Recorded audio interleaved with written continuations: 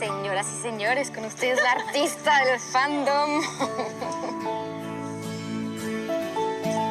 Ahí vengo.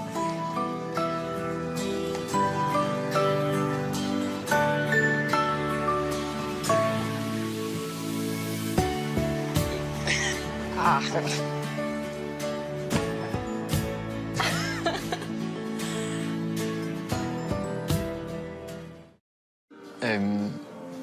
¿Lo has pintado tú?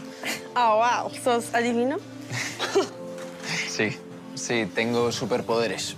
Y no tiene nada que ver con que vayas con un par de tarros de pintura. ¿Y qué te parece? ¿Te gusta? Sí, algo abstracto. Nah, es broma, me gusta mucho. Gracias.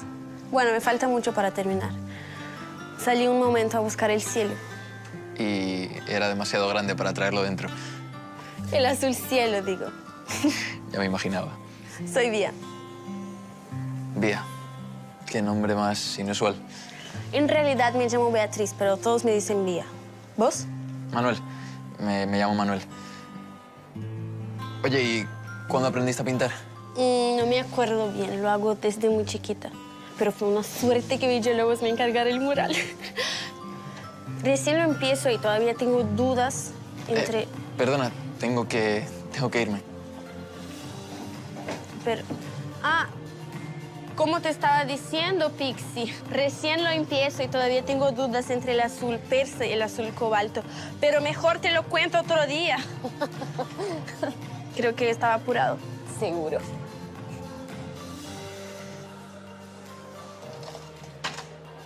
¡Hey! Es una cinta High 8. Mi papá usaba una de estas. ¿Sí? A lo mejor me puedes ayudar. ¿Qué? ¿Con el mural? No. Ah, pues qué suerte, Vía, porque el dibujo no es lo mío.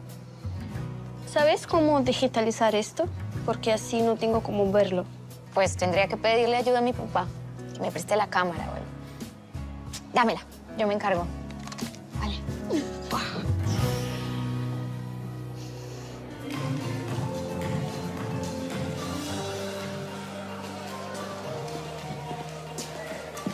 Hola.